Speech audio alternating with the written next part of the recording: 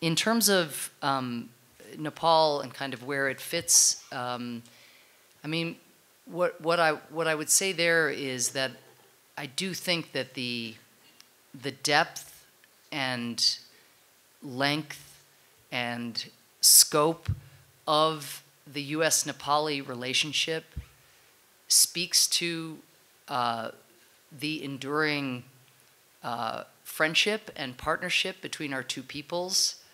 And certainly from the U.S. side, our enduring commitment to the dignity and the opportunity that every Nepali person seeks for themselves and for their loved ones. And I mention it or put it in these terms, because there's no question, of course, that geopolitics shift. They shifted, during the Cold War. They shifted after the Cold War. Now, there are different geopolitical dynamics that serve as a backdrop to anything that any country does anywhere in the world. But I would focus on the work. This investment by the United States in Nepal is not the product of any geopolitical dynamic. It is the product of the United States' commitment, proven, decade after decade after decade, to the welfare of the people of this country. And in general, all around the world, not just in Nepal, more and more kind of polarization, people sometimes finding issues that divide us rather than those that unite us, and then sometimes people get confused.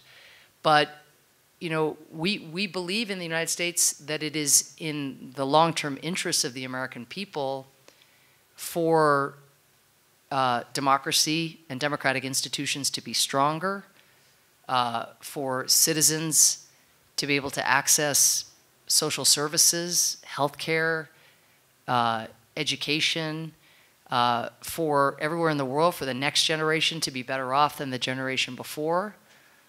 And now, because of climate change, we also feel a historic responsibility, because we in the United States have been a major emitter of carbon, and countries like Nepal that have done very, very little to contribute to global warming are feeling the effects of that. So that too gives us a sense of responsibility to make these investments.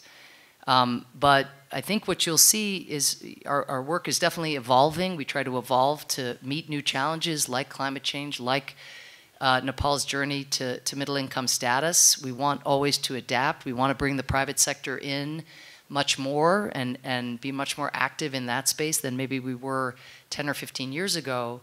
But the enduring features of the relationship are partnership, respect, and a desire to see the Nepalese people choose their own development path.